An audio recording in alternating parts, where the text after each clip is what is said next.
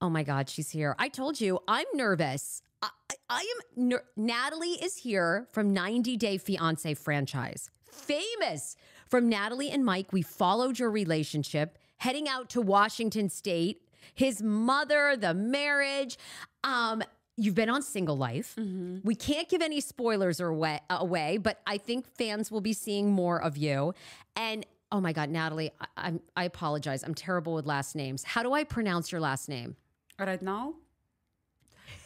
Yeah, right now. What's your last name right now? Mordovtseva. Yes. Mordovtseva. Natalie Mordovtseva is here. Oh my God, thank you for being on my show.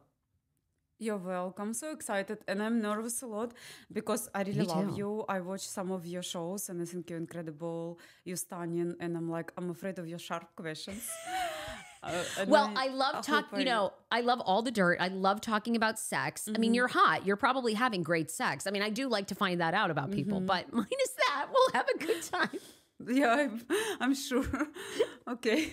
Well, and I mean, you are originally from the Ukraine. And what I love about Russian people and Ukrainian people, I mean, they can usually really drink. And I am Irish. I mean, do you drink a lot? Oh, yeah, Irish. Yeah. Oh, and Irish people. Problem is, I'm too Americanized Irish because I can't drink I mean, when you go to Ireland, I mean, Irish people drink all day, all night. Ukrainians are the same way. They love a good drink. Yeah, the thing is about me, I'm kind of special person because I didn't drink in Ukraine. But when I moved to US and I met Ranch and Michael regular life, I decided to drink. Since then, and I don't stop. I mean, my immigration process was really, really hard. So, yeah, I decided I should be more socialized. I'm going to start drinking. Yes. Yeah, I mean, I'm going to start drinking. And my COVID was pretty fun, I tell you. No, wait, can you really hold your alcohol or you can? I don't know. I don't really hold my alcohol. I don't hold any toxic stuff in me. So, yeah, I throw up. Okay, well, let's start at the beginning because you have an amazing story. And I was telling you this before we started. The fact that you have been on television for 3 years, it is so hard to get on reality TV. And then it's even harder to stay on reality TV. I mean, that's so impressive. So we're going to talk about that. But let's start at the beginning. You were born in the Ukraine, born and raised there.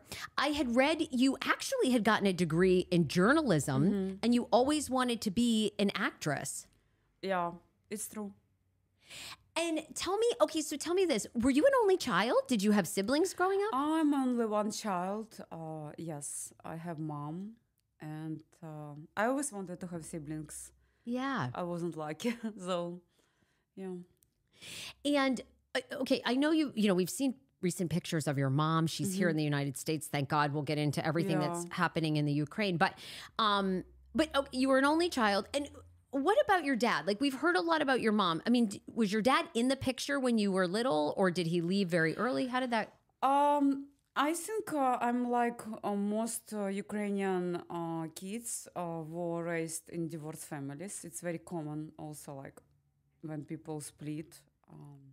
My mother and father, they divorced and he actually moved to Russia.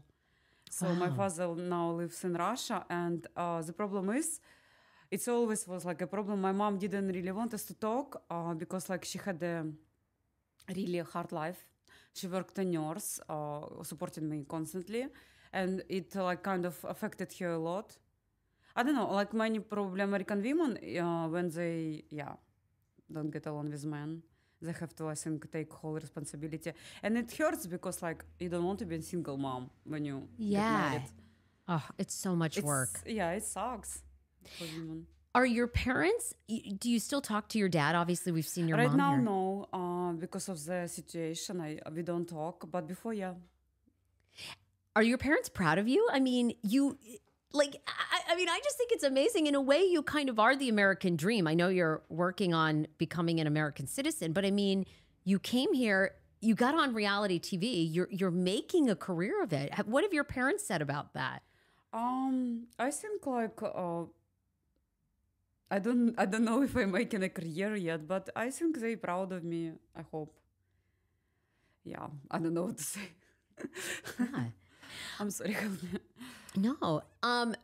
okay, so how old were you in the Ukraine when you started acting, or did you start doing journalism first? No, actually, the problem why I decided to be in the movies and actually act, because I always wanted to be on camera.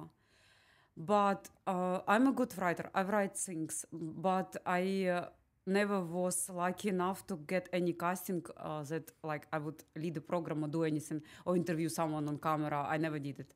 So I used to just write, and I used to work an editor long ago for TV channel. I used to be an editor music, cinema, interiors, and I used to get information, write about it, match together like videos, organize videos. Like I did some kind of production for editing TV. And after I got married, I used to work with my husband. After I divorced, and I got to movies. So I was in movies for 3 years in Ukraine. I mean, and how is that compared to like Hollywood? Like, is there, you know, how in the United States here, right? Everybody comes to Los Angeles. They live in West Hollywood. They live in Hollywood. There's this Hollywood Productions. Like, what's it like in Ukraine? Honestly, like in Ukraine, first of all, you don't have to pay rent. This is a good news. What? You don't pay rent at all? No, because I had my own apartment and I didn't have to pay rent, like a huge amount of money. And you like when you're in your country, you don't have to stress out about money.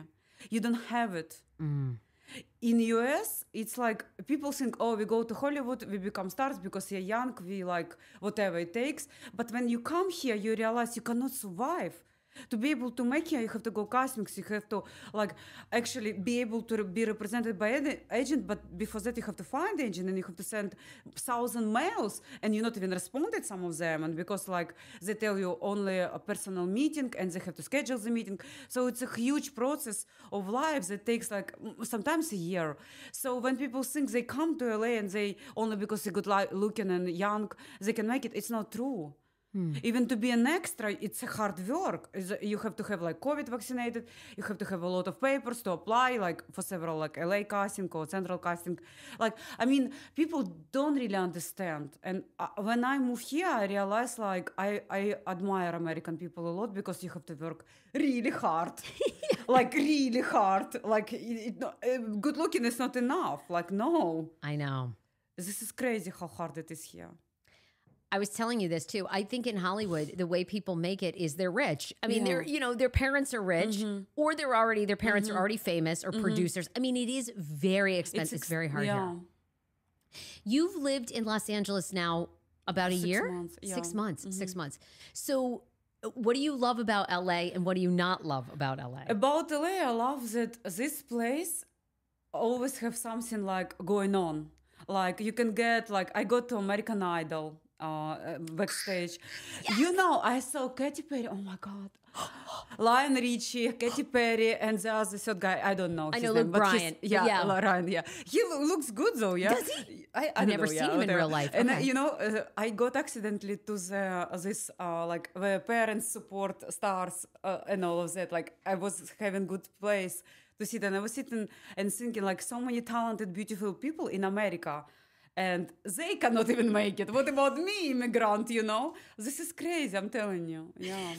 So, well, okay, you had a career in the Ukraine. You were acting. You were obviously a journalist. You'd worked for a local TV station. You end up meeting Mike because basically both of you are godparents, correct? For a baby. Which is really not the traditional way that most people meet and get on 90 Day Fiance. Take us back. So how did you both, you obviously start this relationship. How did you get on the show? Yeah, the funniest part, like the girl who is married to his friend, she asked me to help her she did a horror stream leadership team project, and she asked me to help her to write about this project, and I did help for her site. She created the site, so it started like I wasn't get paid for that, like I did it like a friend for her, but it started like friendship with her and helping her to promote her project. And after she said, I'm leaving to America, I'm getting married, she invited me to the wedding. After she get a baby, and she's like, you're gonna be godmom. And one of the days she's like, look, I want to introduce you to someone. And Michael just pop out. He says, hi. And after she gave him my Skype, and he was writing me around like half year, I don't know, just writing me. And she said to me, you have to respond, like it's a bad manner, please talk. And I start talking to him. And then from there, you guys. Then from there, how do you get on the show? I mean, yeah, the thing is, we start talking about what work could I do in US, and it was really confusing for me because honestly, I didn't know, like, do I want to, like, what will I do? And I started searching for shows, but as it came out that I have to have social security number, I have to have a list of certain things. My English is like not really great, you know. So whenever I sent my CV, it didn't work. And after I remember like this show, Natalie Fiance, I was thinking like, he's American, you know, we are moving. So it would be good start for me. Like they didn't even pay much, but the main point was like doing something, and I wanted like, you know, people see us, like we really were like happy and in love then. And, you know, we had a great time. And I wanted like to be a part of it. And we thought like we like can make it. And I was really happy when I got in. Yeah. And do you ever think about, I mean, do you think if you weren't on the show that you and Mike's relationship would have survived? I think, honestly, a show does put a huge impact